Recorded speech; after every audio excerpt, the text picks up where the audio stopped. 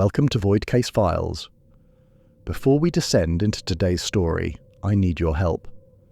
We're pushing hard to hit 1,000 subscribers by the new year, and we're bringing you fresh content every single day.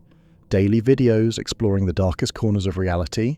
If you're ready to go deeper with us, hit that subscribe button now. Now, imagine this.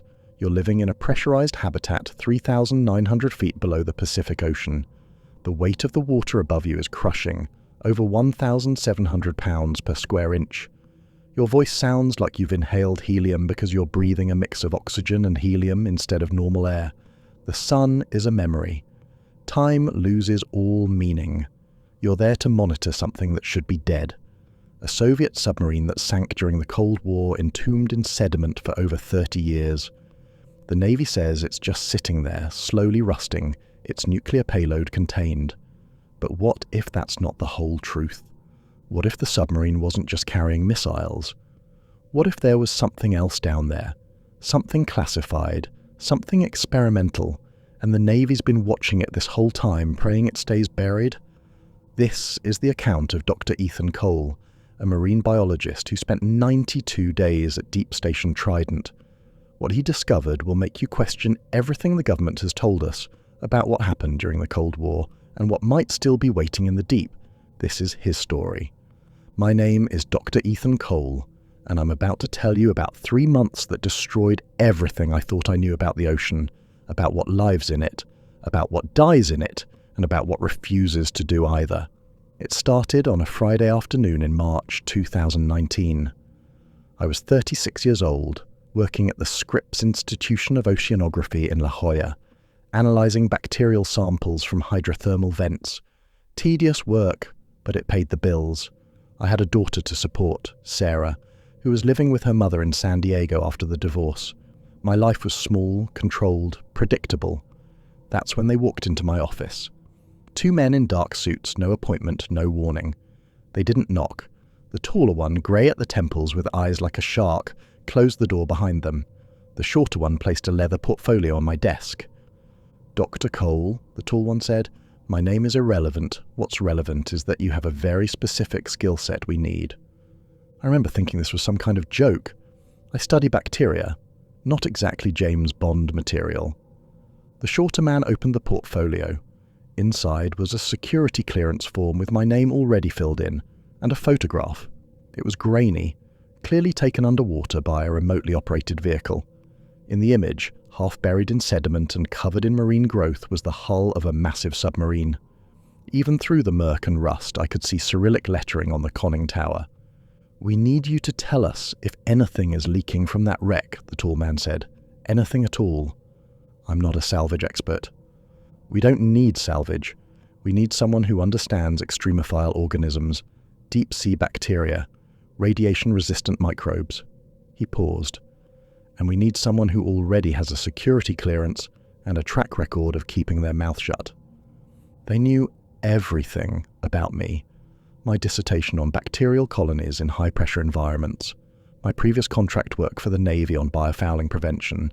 They even knew about the divorce, about Sarah, about the child support payments I was behind on. "Triple your current salary," the shorter man said. 3 months. You can't tell anyone where you're going. Not your ex-wife, not your daughter. As far as anyone knows, you're on a research vessel doing core sampling.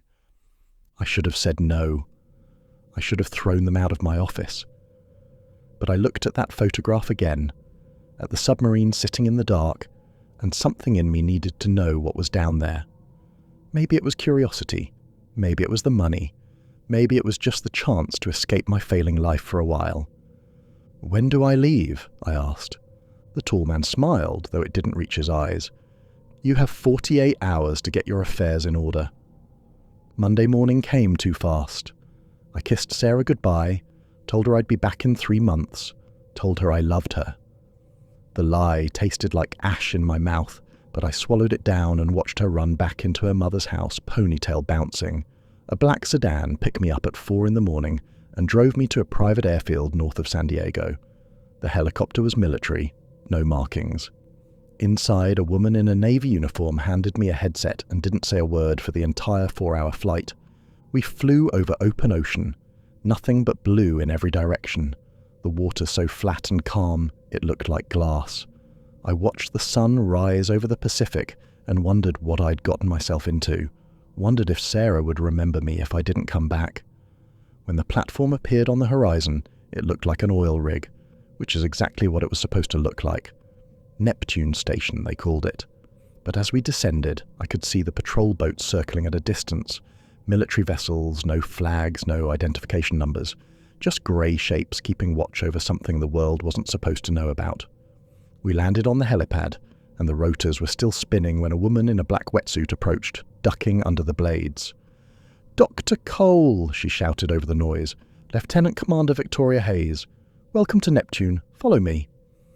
The platform was smaller than I expected, which made sense once I learned that most of it was below the waterline. Hayes led me through a maze of corridors that smelled like machine oil and coffee that had been sitting too long, past technicians who wouldn't meet my eyes, past equipment I didn't recognize. We ended up in a briefing room with a single table and chairs that looked like they'd been salvaged from a 1970s office building. "The descent capsule leaves in 20 minutes, she said, pulling out a tablet. "I'll be going down with you. Have you ever been in a deep submersible before?" "A few times. Research dives, nothing below 1,000 feet. She showed me a schematic on the screen. "This is different. We're going to 3,900 feet. The capsule is rated for 6,000, but it's still going to feel like the walls are closing in. The descent takes 28 minutes. Try not to panic." "I don't panic," I said, which was a lie, but I wasn't about to admit that to her. She gave me a look that said we'd see about that, then led me to the descent capsule. It was a titanium sphere, barely big enough for two people sitting across from each other with our knees almost touching. A single porthole, thick glass, gave us a view of the outside. Hayes sealed the hatch, and I heard the locks engage with a sound like a vault closing. Releasing in 3, 2, 1. We dropped. The sensation was immediate and nauseating, like the bottom had fallen out of my stomach. Free fall through water, the pressure building in my ears, my sinuses, behind my eyes. I swallowed hard, trying to equalize, but it felt like my head was in a vice that kept tightening. Through the porthole, the blue of the surface water faded to green, then to deep blue, then to a blue so dark it was almost black. At 500 feet, the last traces of sunlight disappeared.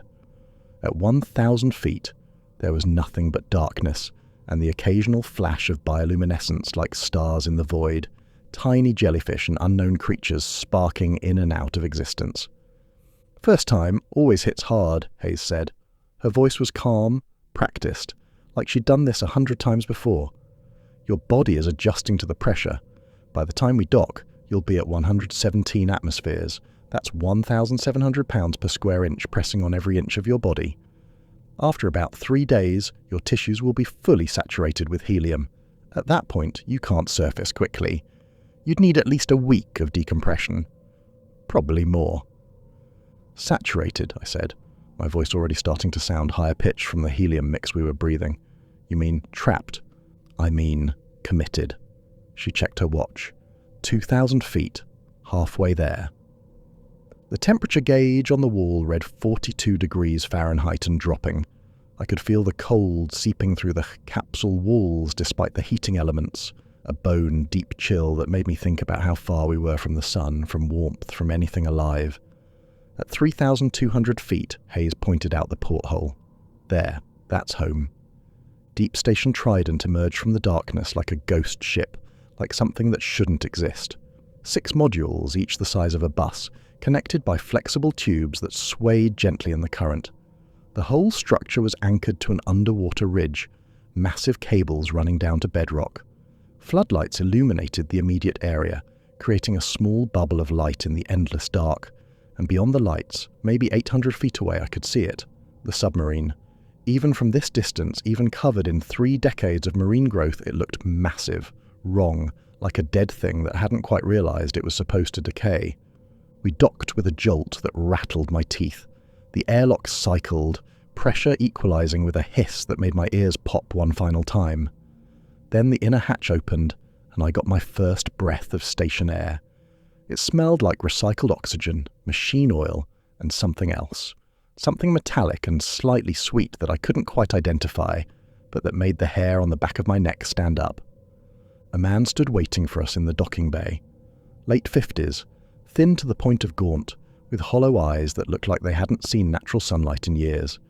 His skin had a grey cast to it, and his hands shook slightly when he extended one toward me. "Dr. Cole," he said. "Dr. Raymond Fletcher, Station Chief. Welcome to Trident. I hope you're comfortable in small spaces." His handshake was cold despite the station's heating, his palm clammy. Behind him, the corridor stretched away into blue LED darkness, and I could hear water moving somewhere beneath us, a constant reminder that we were living inside a metal bubble at the bottom of the ocean. "Let me give you the tour," Fletcher said, though his tone suggested he'd rather be doing anything else. "Not that there's much to see. We keep it minimal down here. The less there is to break, the longer we survive." He led me through the main corridor, and the blue lights everywhere cast everything in an underwater gloom that made it feel like we were already drowning. The floor was metal grating, and I could hear water moving beneath us, sloshing and gurgling. "The moon pool," Fletcher explained without looking back, "an opening in the station floor that allows direct access to the ocean. We use it to launch the mini-sub." 6 modules total, he continued as we walked, his voice echoing off the metal walls. "Module 1 is the docking bay where we just came from. Module 2 is life support and engineering. 3 is the mess and common area. 4 is the laboratory and observation deck. 5 is crew quarters. 6 is medical and storage." We passed a woman working on an exposed panel in the wall, her hands moving with mechanical precision, not looking up as we approached. "Dr. Nora Wen," Fletcher said, "our geochemist, 6 months in, 3 to go." She looked up then, gave me a tired nod and went back to her work without a word. In Module 3, a young man sat at a console, headphones on, staring at a screen full of acoustic data, waveforms scrolling past in endless green lines. "Petty Officer First Class Dominic Ruiz," Fletcher said. "Sonar Tech, best ears in the Pacific." Dominic turned, pulled off his headphones and gave me a tired smile. "Doc, welcome to the fishbowl." There was something in his eyes, a kind of desperate friendliness that made me think he'd been down here too long already. Module 4 was where I stopped paying attention to the tour and started paying attention to what we were really here for. The observation deck was a curved wall of reinforced acrylic, looking out into the void. Floodlights illuminated the seafloor beyond, silt and scattered rocks and the occasional fish darting through the beams like ghosts. And there, in the middle distance, the submarine. From here, I could see it clearly. The conning tower was collapsed, crushed under its own weight or by the implosion that sank it. The hull was split in several places, gaping wounds in the metal that looked like something had torn it open from the inside. Marine growth covered everything, barnacles and tube worms and the white ghostly shapes of deep-sea anemones, all of it swaying gently in the current. "K-129, Fletcher said quietly, coming to stand beside me at the viewport. "Soviet Golf II-class ballistic missile submarine. Sank March 8, 1968, with 98 crew members aboard. They were on a routine patrol out of Kamchatka when something went wrong. The sub imploded and sank to the bottom. The Soviet Navy searched for 2 months and found nothing." "But we found it," I said. "We heard it sink," Fletcher corrected. "We had a network of underwater listening stations, SOSUS arrays, tracking Soviet sub-movements during the Cold War. When K-129 imploded, the sound signature was picked up by 3 different stations. We triangulated the position within a few hundred feet and sent down a reconnaissance sub to photograph it. That was 1968. In 1974, we tried to bring it up." "Project Azorian," I said. "I'd read about it in declassified documents, one of the CIA's most audacious operations. The Hughes Glomar Explorer. They built a ship specifically to lift a submarine off the ocean floor." Fletcher nodded slowly. "They told the public they only got the forward section before the rest broke apart and fell back to the seafloor. That's partially true. What they didn't say is what they found in the missile compartment." He pulled out a tablet and brought up a scanned document. The header was in Russian, but there was an English translation underneath that made my blood run cold. "Project Deep Sleep. Глубокий сон." "The Soviets were experimenting with bioweapons," Fletcher continued, his voice flat, like he was reading from a script he'd memorized. "Specifically organisms that could survive extreme pressure and cold. The theory was elegant in its horror. If you could engineer bacteria that could survive in the deep ocean, you could contaminate fishing grounds, poison food supplies, wage biological warfare without anyone knowing where it came from. Release it in the Bering Sea, let it spread through the food chain, and 6 months later, half of Alaska is sick and no one knows why. I felt cold despite the station's heating, a chill that started in my gut and spread outward. They put it in a missile, in pressure-resistant warhead casings, 3 of them, specially designed to survive at depth. The CIA recovered one during Project Azorian, found it intact in the forward section. The other 2 are still down there. He gestured toward the submarine. For 37 years, they just sat there. We monitored radiation levels, checked for structural changes, took sediment samples every few months. Nothing happened. The bacteria, if they ever existed, were dead. Frozen solid at these temperatures, crushed by the pressure, inert. Were, I said, catching the past tense. You said were. Fletcher's expression darkened and he brought up an audio file on his tablet. 2 months ago, we started detecting acoustic anomalies, low-frequency pulses coming from the wreck. At first we thought it was structural settling, metal fatigue, the hull contracting as it cooled, but the pattern was too regular. He pressed play. Through the speakers came a deep, resonant pulse, so low I felt it in my chest more than heard it. It lasted about 3 seconds, a sound like a heartbeat amplified 1,000 times, then stopped. The silence afterward felt heavy, expectant. It started once a week, Fletcher said. Then twice a week, then daily. Now we're getting one every 6 hours, regular as an atomic clock. And 3 weeks ago, Dr. Wen found something in the sediment samples. He looked at me, and I saw fear in his eyes, raw and undisguised. The bacteria aren't dead anymore. They're waking up. That night, I couldn't eat the rehydrated food they served in the mess hall. I went straight to my quarters, a coffin-sized bunk built into the wall with a small desk bolted to the floor, and a porthole showing nothing but black water and the occasional flash of bioluminescence. I lay down, closed my eyes, and listened to the sounds of the station. The hum of the air recyclers, the groan of metal under pressure, the distant sound of water moving through pipes. And underneath it all, so low I felt it more than heard it, the pulse from the submarine. Regular, patient, waiting. The next morning started early. A woman I hadn't met yet was waiting outside my quarters when I emerged. A compact woman in her late 40s with oil stains on her hands and a no-nonsense expression. Dr. Cole, Amélie Rousseau, chief engineer. Everyone calls me Mel. You're scheduled for mini-sub training this morning, so finish your coffee and meet me at the moon pool in 15 minutes. The training was intense and necessary. The mini-sub, called the Nautilus, was a 2-person submersible that could dive another 2,000 feet below the station. It was our lifeline for collecting samples, and Mel made it clear that one mistake could kill us both.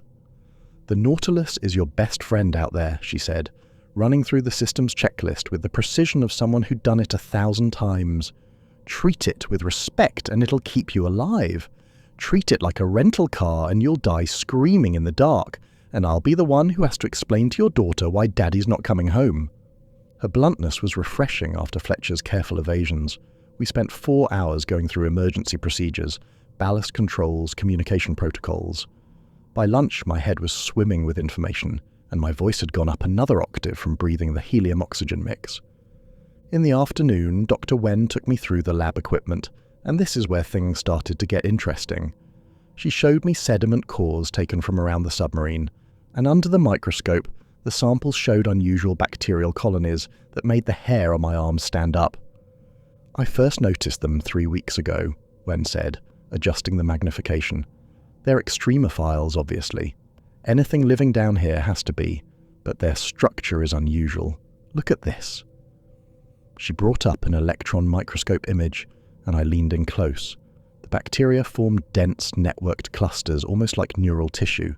Instead of isolated cells, they grew in interconnected mats, with structures that looked disturbingly like synaptic connections. They're communicating, Wen said quietly.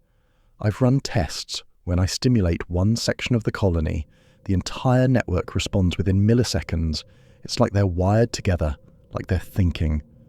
Bacterial colonies often coordinate, I said, trying to sound more confident than I felt. quorum sensing, biofilm development, it's well documented. Not like this. She switched to a video feed. Watch. On screen, she applied a small electrical current to one edge of the bacterial sample. The colony pulsed with blue-green bioluminescence, the light spreading in waves across the entire network in perfect synchronization, like neurons firing in a brain. They're not just communicating, I said slowly. They're acting as a single organism, like a distributed intelligence. Wen nodded, and they're spreading. Every sample I take shows higher concentrations than the one before. They're moving outward from the submarine in a roughly circular pattern, expanding at about 2 feet per week. At the current rate, they'll reach the station within 2 months. Have you told Fletcher? He knows. That's part of why you're here. That's part of why we're all here. She looked at me, and I saw something in her expression that I didn't like. You need to understand something, Dr. Cole. This station wasn't built for research. It was built to contain something we don't understand, something we're terrified of, and now that containment is failing. That night at dinner, Fletcher announced that I'd be making my first dive to the submarine the next morning. Mel would pilot the Nautilus while I handled the sample collection. Get good rest, he said, though everyone at the table knew that was impossible. It's going to be a long day. I tried to sleep, but it wouldn't come. I lay in my bunk listening to the station, and something felt wrong. The hum of the air recyclers was slightly off rhythm, or maybe I was just paranoid. Maybe I was already losing my mind. At 2 a.m, I gave up and went to the observation deck. The floodlights were dimmed for the night cycle, and the submarine was just a shadow in the darkness. Except it wasn't completely dark. There was a faint blue-green glow coming from parts of the hull, bioluminescence from the bacteria. As I watched, the glow pulsed once, bright enough to illuminate the entire wreck for a moment, showing me details I didn't want to see. Then darkness again.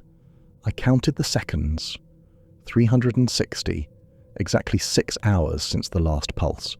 Whatever was down there, it was keeping time. Day 11 at Trident. Launch day. Mel and I suited up at 6 a.m, though morning and night had lost all meaning in this place where the sun was just a memory. We wore dry suits under our station clothes, layers of insulation against the 38-degree water that would kill us in minutes without protection. The Nautilus sat in the moon pool, already pre-flighted and ready, and I climbed down the ladder with my heart hammering in my chest. We sealed ourselves inside the submersible, and the interior was cramped, barely enough room for 2 people sitting shoulder to shoulder. Mel sat at the pilot controls while I manned the sample collection station. Trident control, this is Nautilus, Mel said into her headset. Ready for launch. Fletcher's voice crackled back through the speaker. Nautilus, you are clear for launch.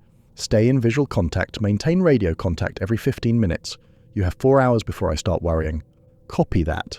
Nautilus launching. Mel hit the ballast release, and we dropped through the moon pool into the open ocean. The sensation was different from the descent capsule, more controlled but also more vulnerable, like we were a soap bubble floating through an infinite void. Through the acrylic sphere, I could see the station lights falling away above us. We descended through darkness, our forward floods creating a cone of light that showed nothing but particles floating in the water column, marine snow drifting down from the surface like ash from a distant fire. At 4,100 feet, the seafloor appeared below us, and then the submarine came into view. From the Nautilus, it looked even more massive, even more wrong.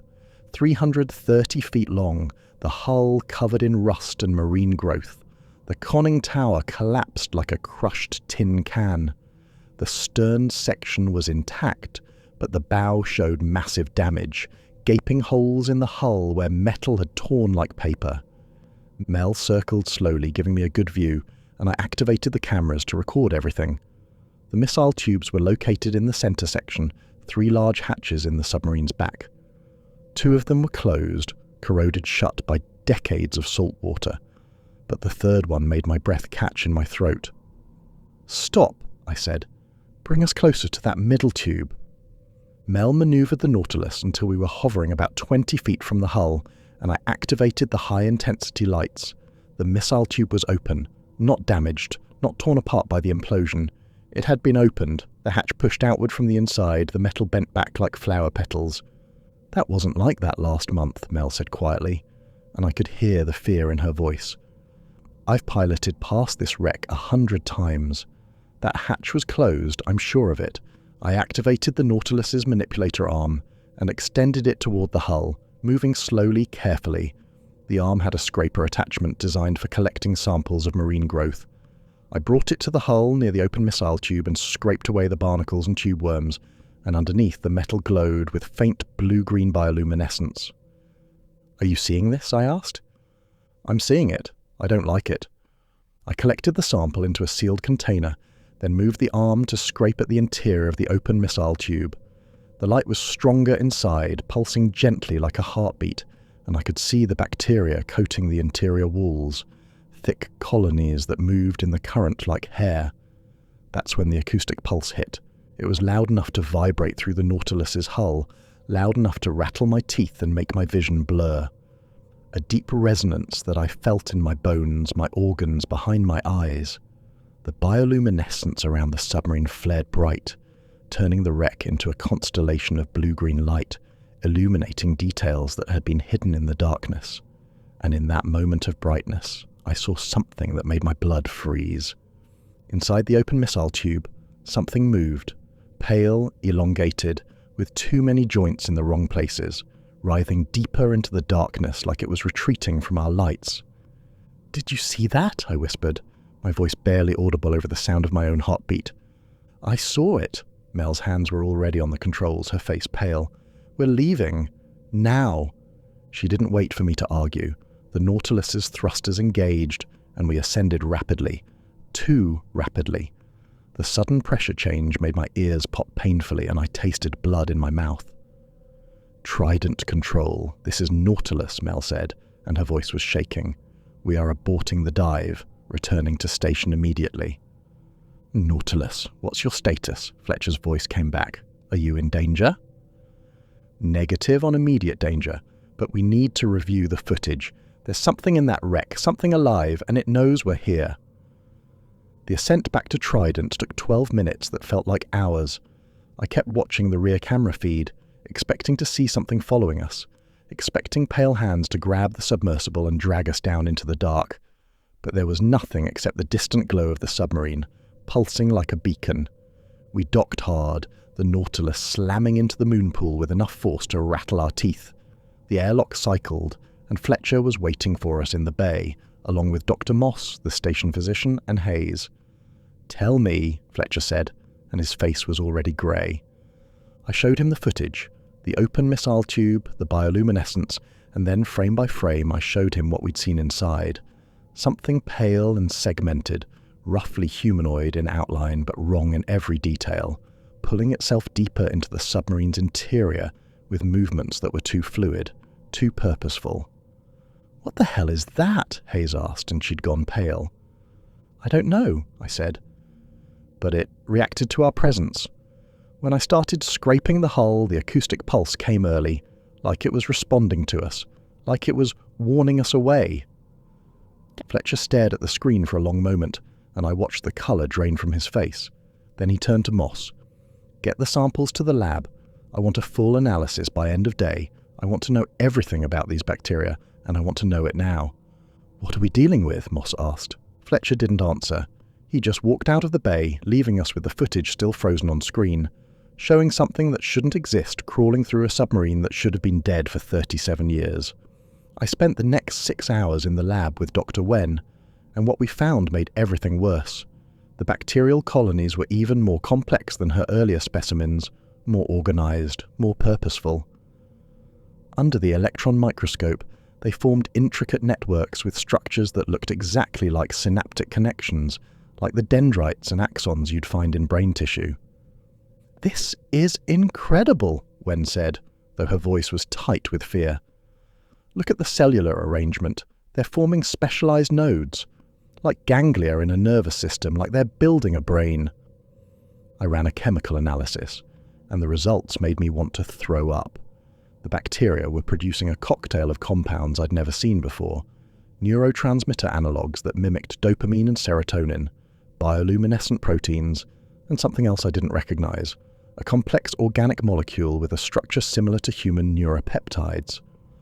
Why would bacteria evolve to produce chemicals that affect human brain chemistry? I asked, though I was afraid I already knew the answer. Wen looked at me, and I saw my own fear reflected in her eyes. They wouldn't, not naturally. This is engineered, designed, weaponized. I ran growth rate tests, and the results were terrifying. In optimal conditions, high pressure, low temperature, minimal light, the bacteria doubled their population every 4 hours. Exponential growth. I did the math twice, hoping I'd made a mistake, but the numbers didn't lie. If these reached the surface, I said slowly, reached warmer water with more nutrients, with sunlight. Global ocean contamination within 2 years, when finished. Maybe less, maybe 18 months. And once they're in the food chain, once they're in the fish we eat. We brought the results to Fletcher, and he listened without expression, his face a mask. Then he pulled up a classified file on his terminal, and what he showed us made me understand why this station existed, why we were really here. "What I'm about to tell you doesn't leave this room," he said. Project Deep Sleep wasn't just about bioweapons. The Soviets were trying to create soldiers who could operate at extreme depths, without equipment, without submarines, without any of the limitations that made underwater warfare so difficult. They were testing genetically modified organisms, bacteria and viruses, designed to alter human physiology at the cellular level. Make us pressure resistant, make us able to survive in conditions that would kill normal humans. Make us into something new. They tested it on the crew, I said, and it wasn't a question anymore. Fletcher nodded slowly. K-129's final patrol wasn't routine. It was a field test. They infected the crew and sent them out to see what would happen, sent them into the deep Pacific to see if the transformation would work.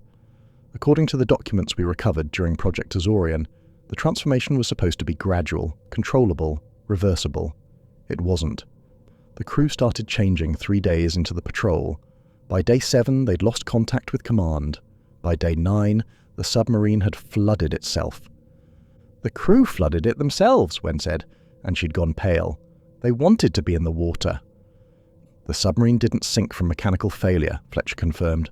"The crew opened the vents, flooded the compartments, and took the sub down deliberately. The CIA's surveillance photos from Project Azorian showed bodies in the forward section. They weren't decomposed the way they should have been after 6 years underwater. They were preserved, changed. The skin was pale, mottled, almost translucent. The bone structure had elongated. The hands and feet had webbing between the fingers and toes. They weren't human anymore." "Jesus Christ," I whispered. "The Navy has known about this since 1974, Fletcher continued. "They built this station to monitor the wreck, to make sure nothing got out, to make sure the bacteria stayed dormant and the crew stayed dead. For 24 years, nothing happened. The bacteria stayed frozen, the crew stayed dead, and we just watched and waited. Until 2 months ago. Something changed. The bacteria woke up. And now we need to know if the crew did too."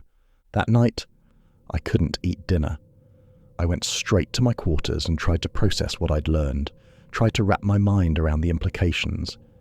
If the Soviets had actually succeeded in creating organisms that could transform human physiology, if the bacteria were waking up after 37 years, if they were spreading toward the station. I was lying in my bunk staring at the ceiling when the alarms went off. Red lights flashing, strobing through my porthole, a klaxon wailing loud enough to hurt my ears. Fletcher's voice over the intercom, tight with panic. "All personnel to the common area, immediate emergency, I repeat, immediate emergency." I ran through the corridors, the emergency lights strobing red, making everything look like a nightmare. I reached the common area to find half the crew already there. Hayes, Wen, Moss, Mel, but not everyone. "Where's Ruiz?" I asked. Fletcher's face was grim. "That's the emergency. He's at the observation deck and he's not responding to communication." We found him standing at the viewport in his underwear, his bare feet on the cold metal floor. His hands were pressed against the acrylic, his breath fogging the surface. He was whispering something in a language I didn't recognize, the words rhythmic, almost like a chant.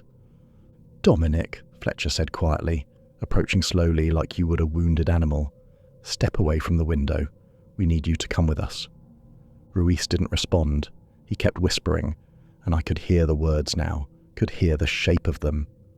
Russian. He was speaking Russian. Dr. Moss approached from the other side. "Dominic, can you hear me? We need you to come with us. You're not well." Ruiz turned and his eyes were wrong. The pupils were dilated to the point where his irises were barely visible, and the whites were shot through with burst blood vessels, red lines spreading like cracks in porcelain. His skin had a greyish cast in the emergency lighting, and when he opened his mouth, his voice was hoarse, distant, like it was coming from somewhere deep underwater. "Oni zovut nas," he said, and his voice didn't sound like his anymore. "Oni zovut nas domoy." "He's speaking Russian," Wen said from behind me. "He's saying, they're calling us home." "Dominic doesn't speak Russian," Hayes said. "He barely speaks Spanish." Ruiz lunged, but not at us.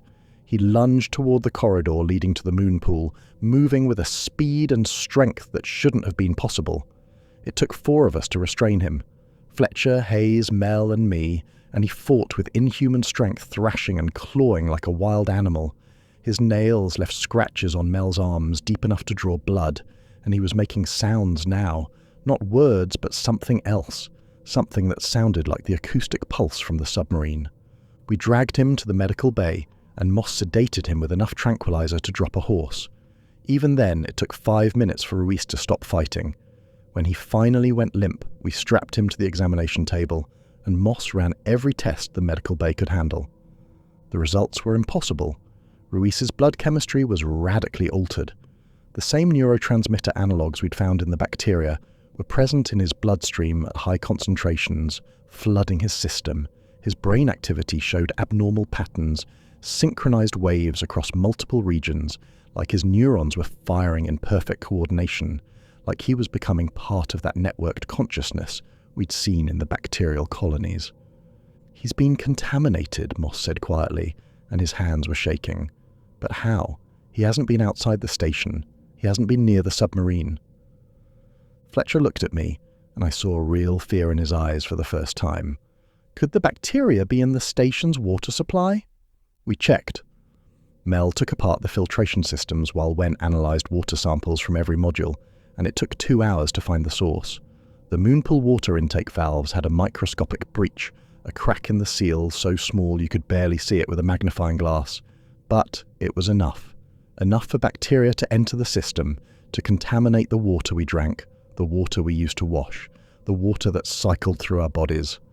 The contamination had been happening for at least 2 weeks, maybe longer. Everyone had been exposed.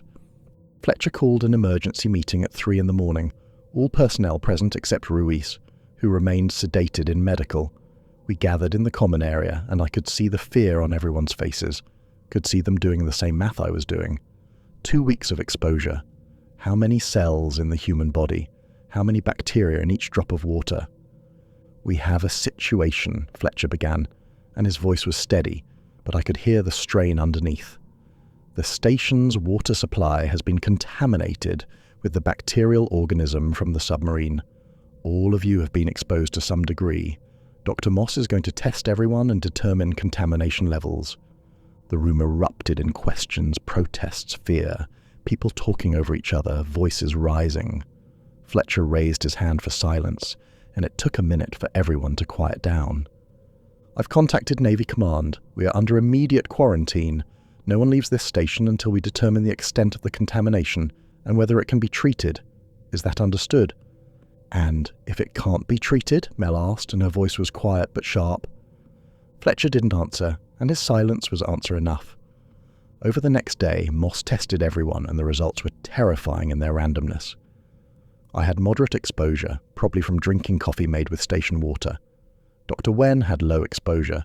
She barely drank water. She lived on coffee and avoided the mess hall. Mel had high exposure. She'd been working in the engineering section near the water intake. Fletcher had high exposure. Hayes had moderate. The others varied, and there seemed to be no pattern, no way to predict who would be affected most. Dominic Ruiz by far had the highest contamination levels, and whatever had happened to him was accelerating. On day 18, his condition worsened. The fever spiked to 104 degrees, and Moss had him packed in ice just to keep his brain from cooking. His skin took on a pale, mottled appearance, almost translucent in places, and under the skin we could see his veins darkening, spreading in dendritic patterns exactly like the bacterial colonies we'd studied. Dr. Moss noted changes in his cellular structure that shouldn't have been possible. The bacteria weren't just infecting Ruiz, they were rewriting him at a molecular level, changing his DNA. His bones were becoming denser than human bone should be. His muscle tissue was adapting to high pressure, the cells restructuring to handle conditions that would crush a normal person. His lungs were developing additional capacity, extra tissue that looked like it was designed for extracting oxygen from water. He was evolving, transforming, becoming something that could survive in the deep. On day 20, at 11:47 p.m., Dominic Ruiz stopped breathing. His heart rate dropped to 0. His brain activity flatlined. Moss attempted resuscitation, cardiac massage, adrenaline straight to the heart, defibrillation. Nothing worked. After 20 minutes, he called time of death, and we all just stood there in the medical bay, staring at the body, not knowing what to say. We sealed the body in the cold storage unit in Module 6. Fletcher said a few words, something about duty and sacrifice, but I wasn't listening. I was thinking about Sarah, about whether I'd ever see her again, about whether this same thing was happening inside my own body right now. The next morning, I was the one who found the cold storage unit standing open, the door swinging slightly in the air current from the ventilation system. The body was gone. The door had been opened from the inside. I could see the emergency release lever pulled, and there was a wet trail on the floor leading from the storage unit down the corridor to the moon pool. The water in the pool rippled slightly, concentric circles spreading outward as if something had just entered it. We searched the station, every module, every compartment, every possible hiding place. We searched for 3 hours, and Ruiz was gone. Fletcher reviewed the camera footage from the moon pool, and what we saw made everyone go silent. At 4:17 a.m., the storage unit door had opened. A figure emerged, and the cameras only caught it from behind, but the body was wrong. Too tall, too thin, the proportions all off. The spine curved in a way that wasn't quite human, and the arms hung too long. It walked to the moon pool with movements that were fluid and boneless, like it had extra joints, and dove in without hesitation. The water barely rippled. Fletcher gathered the remaining crew in the common area. 8 of us now, and 2 were showing early symptoms, the same fever, the same skin changes. "I need to tell you the truth," he said, and his voice was hollow. "All of it." We sat around the table, and Fletcher revealed what he'd been authorized to keep secret. The Navy hadn't just been monitoring the submarine. They'd been conducting experiments, testing whether the bacteria could be controlled, weaponized, used. Deep Station Trident wasn't a research facility. It was a test site. "We're not researchers," I said, and I felt numb. "We're lab rats." Fletcher didn't deny it. The Navy needed to know if exposure to the bacteria was survivable, if the transformation could be reversed, if contaminated personnel could be recovered, treated, brought back. "I'm sorry, but you all signed contracts. You all knew there were risks." "You son of a bitch," Mel said, and she was halfway out of her chair. "You knew this could happen. You knew, and you didn't tell us." "I knew it was possible," Fletcher said. "I didn't know it was certain, and I'm following orders just like the rest of you." Hayes stood up, her face pale. "We need to evacuate, now, before anyone else." The station shuddered, a deep, resonant groan of metal under stress, and the lights flickered. The external cameras activated automatically, and what they showed made my stomach drop. Figures moving in the floodlights around the station's exterior. 7 of them, maybe more. It was hard to count. Humanoid in outline, but elongated, stretched, with pale skin that glowed faintly with bioluminescence. They moved through the water with terrible grace, like dancers, like they were born to it. One of them pressed against the observation deck viewport, and the face was almost human. Almost. The eyes were too large, completely black, no whites at all. The mouth was too wide, and when it opened I could see rows of teeth, sharp and numerous, growing in spirals. It was Ruiz, or it had been. The transformation was complete now. He stared at us through the viewport, and I couldn't tell if there was anything left of the person he'd been, if there was any recognition in those black eyes. The others were the crew of K-129, 37 years in the deep, preserved by the bacteria, changed by them, waiting, and now they were awake. They began testing the station's weak points, and they were methodical about it, intelligent, tapping on the viewports with fingers that ended in sharp, elongated tips, searching for cracks, probing the airlocks, feeling for weaknesses in the seals, trying the external hatches, testing the pressure doors. Fletcher initiated lockdown protocol. All bulkhead doors sealed, emergency power activated. Everyone to the central module, away from the exterior walls. "They're intelligent," Wen said, watching the cameras with horrified fascination. "Coordinated. They're not just attacking randomly, they're analysing the structure, looking for the weakest point." The tapping continued for 3 hours, and it was the rhythm of it that was worst, the patience. Tap, tap, tap, testing each seal, each viewport, each section of hull. Then it stopped, and the silence was worse than the noise. "Where did they go?" Hayes asked, and her voice was barely a whisper. Mel checked the cameras, scrolling through each view. "They're gone. All of them. The cameras don't show anything outside." But Wen was watching a different screen, the acoustic monitor that tracked sounds in the water around the station. "They're not gone," she said, and her face was white. "They're at the moon pool. They found it." The moon pool was the station's Achilles heel, an opening in the floor that allowed direct access to the ocean for the Nautilus.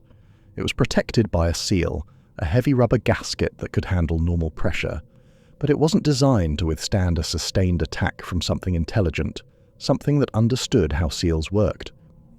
"How long can the seal hold?" Fletcher asked. Mel pulled up the engineering specs on her tablet. "Against water pressure, indefinitely. It's rated for depths twice what we're at. Against intelligent beings actively trying to breach it. Beings that know what they're doing, I don't know. Maybe an hour, maybe less. Maybe they're already through." Fletcher's radio crackled, a transmission from the surface, encrypted, and he moved to a corner to take it. We watched him listen, watched his face drain of colour, watched his shoulders slump. When he spoke, his voice was steady, but I could hear the defeat in it, could hear a man who knew he was already dead. "Navy Command is authorizing fail-safe protocol," he said. "The station has a self-destruct system. Nuclear charge built into the foundation, 2 kilotons, enough to vaporize Trident and collapse the ridge, bury the submarine forever under thousands of tons of rock." "How long do we have?" I asked, and I was surprised by how calm my voice sounded. 30 minutes after activation. We have 2 escape pods, each holds 3 people. Command is ordering evacuation of essential personnel only." His eyes swept over us. "There are 8 of us." "Essential personnel," Hayes said bitterly. "What a wonderful euphemism for choosing who gets to live." Fletcher looked at each of us in turn, and I could see him making calculations, deciding who was most valuable, who had the best chance of surviving decompression, who could tell the story when we reached the surface. The fail-safe requires 2 senior officers to activate. Hayes and I will stay behind to ensure the detonation. The rest of you need to get to the pods now. "I'll stay," said Phillips, one of the engineers, a woman in her early 30s. She was one of the 2 showing early contamination symptoms, the fever and skin changes. "I've been exposed longer than most of you. If this thing is going to take me anyway, if I'm going to end up like Ruiz, I'd rather go on my own terms. Besides, I've got 3 kids waiting for me at home. If I can make sure this doesn't spread to them, that's worth it. That's worth everything." No one argued. What could we say? She was right, and we all knew it, and the guilt of accepting her sacrifice was crushing. The moonpool seal groaned, and we heard metal shrieking under pressure, the sound of something being torn apart. "We're out of time," Mel said. "They're breaking through. We need to go now." We ran through the corridors, emergency lights strobing red, making everything look like hell. The sound of water flooding into the moonpool section behind us, rushing in with tremendous force, the screech of tearing metal, the crash of equipment being thrown around by the flood. The escape pod bay was in Module 1. Fletcher and Hayes peeled off toward the control room to initiate the failsafe, and Phillips sealed the bulkhead behind them, her hands steady on the controls. Through the porthole in the door, I could see water flooding into the connecting tube, rising fast and shapes moving in the water. Pale bodies, swimming through the flooded sections with horrible speed and grace. The remaining 6 of us reached the pod bay. 2 pods, sleek titanium cylinders designed for emergency ascent, each one cramped and uncomfortable, but rated to handle the pressure change. Each one could hold 3 people if everyone squeezed in tight. Through the porthole in the bulkhead behind us, I could see water flooding into the connecting tube, rising toward us. The creatures were inside the station now, pulling themselves through the flooded sections, and they were fast. "Go!" Mel shouted. "Now, don't think, just move!" Dr. Wen, myself, and Chen, one of the other engineers, piled into the first pod. We were pressed together so tight I could barely breathe, could barely move. Mel, Moss, and Hayes' assistant crammed into the second pod, and I could see them through the small porthole connecting the 2 pods, see the fear on their faces. The pod doors sealed with a hiss, and I could hear Phillips outside, manually overriding the launch sequence. Through the small porthole in our pod door, I saw her face one last time. She smiled, and it was genuine, peaceful. She mouthed something, maybe goodbye, maybe good luck, maybe I'm sorry, and hit the release. The pod dropped through the launch tube, and the sensation was like falling off a cliff, my stomach lurching into my throat. 37 minutes of ascent. The pods automated, designed to handle decompression at a controlled rate to prevent the bends, to keep the nitrogen in our blood from forming bubbles and killing us. All we could do was sit in the dark, pressed together, listening to our own breathing and the sound of the pod systems cycling. At 20 minutes, the station detonated. We didn't hear it so much as feel it, a deep, world-shaking rumble that vibrated through the water, through the pod's hull, through our bones and organs. The pod rocked violently, spun, and I thought we were going to die right there, thought the shockwave would crush us. Then it stabilized, the automatic systems correcting our course. I looked out the small porthole. Far below, maybe 2,000 feet down, I saw a brief flash of light, bright as a star, then nothing but darkness. Fletcher, Hayes, and Phillips were gone, vaporized in an instant, atoms scattered across the ocean floor. The station was gone. 6 modules of titanium and steel and hope turned to vapor, and beneath it all, buried under thousands of tons of displaced rock and sediment, the submarine was entombed again, or so I desperately wanted to believe. At 500 feet, we could see the lighter blue of shallow water filtering down from above. At 100 feet, I heard helicopter rotors, the blessed sound of rescue. We breached the surface into blinding sunlight, and after 3 weeks in the deep, it felt like staring into the sun, like my eyes were going to burn out of my skull. Navy recovery teams were waiting, helicopters hovering overhead, divers in the water. They pulled us from the pods, wrapped us in thermal blankets, separated us immediately. Different helicopters, different destinations, different debriefings. I watched the ocean recede as we flew toward the mainland. The water was calm, blue, beautiful, peaceful, giving no hint of what lay beneath, no hint of what we'd seen, no hint of the things that were still down there in the dark. They kept me in quarantine for 3 weeks at a military facility in Nevada, somewhere in the desert where the air was dry and hot and I couldn't hear the ocean. Medical tests every 6 hours, needles and scans and samples, psychological evaluations every day, doctors asking me to describe what I'd seen, asking if I was hearing voices, asking if I felt the urge to go back to the water. The bacteria in my system were dying, they told me, unable to survive at surface pressure, unable to adapt to the warm, dry environment. The contamination was fading. My blood chemistry was returning to normal. I'd be fine. Everything would be fine. The nightmares suggested otherwise. They told me the samples I'd collected were being analyzed at a CDC Level 4 facility, the kind of place where they study Ebola and plague. The bacteria couldn't survive at normal atmospheric pressure. The threat was contained. The submarine was buried under 400 feet of collapsed ridge, tons of rock and sediment. Nothing could get out. Nothing could survive. On day 22, they released me. I signed more non-disclosure agreements than I could count, page after page of legal threats and consequences. Took the settlement money, enough to pay off my house and Sarah's college fund twice over, enough to make sure she'd be taken care of if something happened to me. I went home to San Diego, hugged my daughter, held her so tight she complained, told her I'd been on a research ship studying bacteria, which wasn't technically a lie. She showed me her science project, talked about her friends, asked if I'd brought her anything. I went back to work at Scripps, same office, same projects, same colleagues asking where I'd been. I told them the lie I'd been instructed to tell, and they believed it because why wouldn't they? Same life, same routine. But it's not the same. It'll never be the same. I can't sleep anymore. Not really. I lie in bed and I hear it, the acoustic pulse, low, rhythmic, patient, every 6 hours, regular as a heartbeat, even though there's no submarine anymore, no station, nothing but rubble at the bottom of the Pacific. But I hear it anyway, feel it in my bones. And sometimes, just before dawn, when the house is quiet and Sarah is asleep in her room, I feel it, the pressure, like I'm still down there, 3,900 feet below the surface, breathing helium, trapped in the dark. My ears pop for no reason. My voice sounds wrong. The air feels too thin, like I can't get enough oxygen. Sometimes I go to the beach and stand at the water's edge, my feet sinking into the wet sand. I look out at the Pacific and think about what's beneath. The trenches that go down 7 miles deeper than Everest is tall. The vents and ridges and canyons we've never explored. The 95% of the ocean we've never seen. And I wonder how many other wrecks are down there. How many other experiments did the Soviets run? How many did we run? How many secret programs?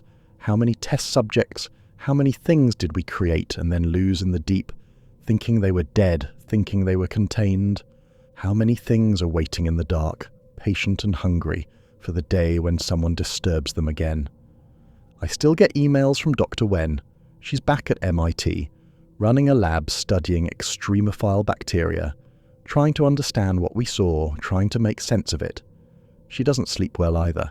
She's noticed something in her recent samples, bacteria from deep-sea vents in the Atlantic, that show some of the same network structures we saw at Trident, the same coordinated behavior.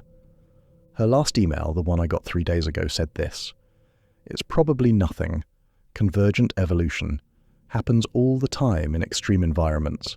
But Ethan, what if deep sleep wasn't the only project? What if the Soviets ran multiple tests? What if we did? What if there are other stations we don't know about, other submarines, other crews? What if they're all waking up?" I haven't replied to that email. I don't know what to say. I don't want to think about it. The ocean covers 70% of our planet. We've explored less than 5% of it. We know more about the surface of Mars than we do about our own seafloor. We've sent robots to the bottom of the Mariana Trench 7 miles down and found plastic bags and candy wrappers. But we don't know what else is down there. What else is waiting? What else is waking up? I don't want to know, but I have a feeling we're going to find out. The ocean keeps its secrets for a long time, but eventually everything rises. The dead don't stay dead. The buried don't stay buried. Everything comes to the surface in the end. That was the account of Dr. Ethan Cole, a man who descended into one of the deepest military secrets of the Cold War and barely escaped with his life. Deep Station Trident is not listed in any public Navy records. The site where it once stood is now designated a permanent exclusion zone. No fishing, no diving, no exceptions.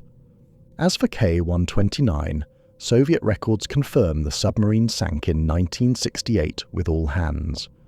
What happened to her crew and what the Soviets were really testing in that final voyage remains classified at the highest levels. The United States government maintains that Project Azorian recovered only partial sections of the submarine. What they found in those sections, they've never disclosed. If you enjoyed this deep dive into classified waters, smash that subscribe button. We're racing to 1,000 subscribers by the new year, and we're posting daily videos to get there. Your support means everything. Until next time, remember this: the ocean floor is the largest museum on Earth, and some exhibits should stay buried. This has been Void Case Files. Stay safe out there.